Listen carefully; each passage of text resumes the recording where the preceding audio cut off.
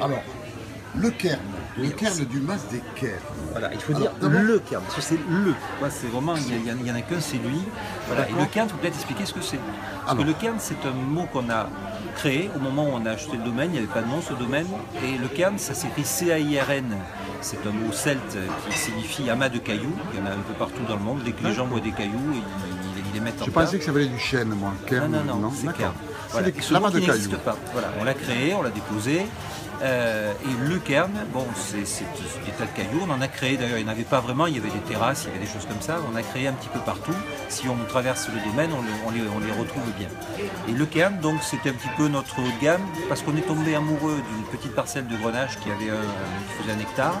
Et cette parcelle de Grenache est l'ossature, sauf que comme on est en terrasse du Larzac, il faut 3 cépages.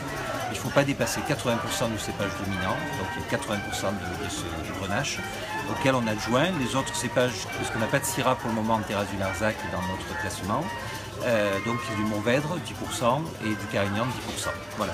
Ça c'est élevé en barriques qui ne sont pas des barriques neuves, 1 an de barrique, 1 à 2 ans de bouteille pour le mettre à point. Et là on est sur le 2011, on est dans la fin du millésime, on va passer très rapidement au 2012. D'accord. Un vin qu'il faut boire en hiver plutôt. C'est un vin qui, bon aujourd'hui là il fait à peu près 15,5 d'alcool sur ce millésime-là, il fait toujours autour de 15, un peu plus, un peu moins, parce que le Grenache évidemment est généreux en sucre, donc en alcool après. Et c'est un vin effectivement qu'on peut boire en hiver parce qu'il tient chaud, mais un peu rafraîchi en été.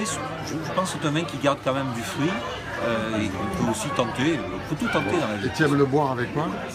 Alors ça, moi j'aime bien avec des plats un petit peu épicés, de la cuisine un peu orientale, du salé sucré, des choses comme ça, des tagines d'agneau, des tagines de mouton même, on peut tenter sur le mouton, on peut des recettes un peu thaï, voilà.